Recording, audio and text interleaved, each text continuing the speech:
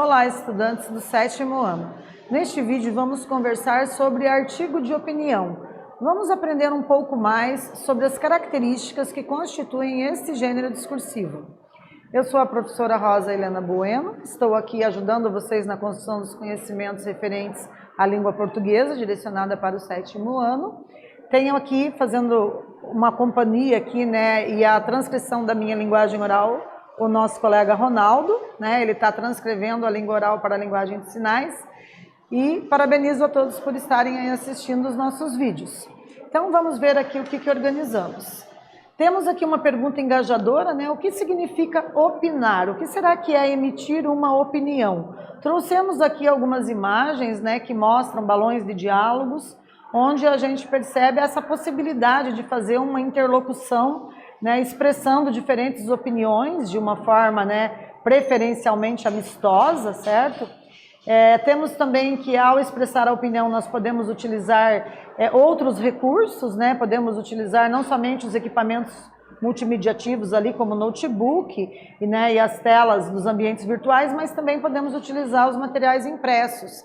Percebam que ali a gente tem uma folhinha com os tickets ali e um lápis indicando que é possível você perguntar a opinião das pessoas também de diversas formas, por meio de questões estruturadas e tudo mais.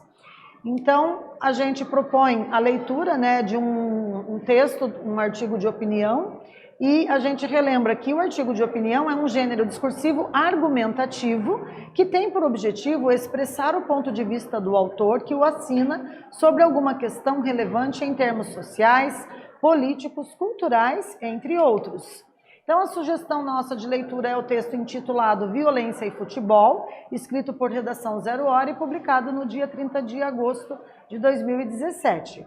Na introdução, temos a seguinte afirmação: é cada vez mais notório e triste o esvaziamento dos campos de futebol e os porquês são claros no momento em que vemos a violência a campear nos estádios, fora deles e nas redes sociais. É comum, agora, em qualquer derrota ou mau resultado, a agressão a dirigentes, jogadores e comissão técnica de forma direta. Torcedores estão se tornando bárbaros, prontos a agredir com palavras e fisicamente qualquer integrante do espetáculo esportivo e até quem está fora dele. Temos também nesse texto a possibilidade de discutir o uso da metáfora.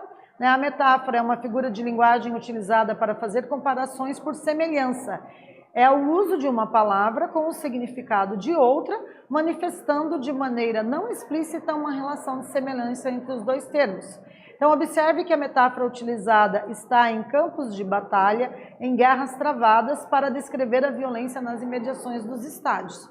Então, ao recorrer ao uso da metáfora, o autor do artigo de opinião enfatiza e sensibiliza o leitor para convencê-lo do seu ponto de vista.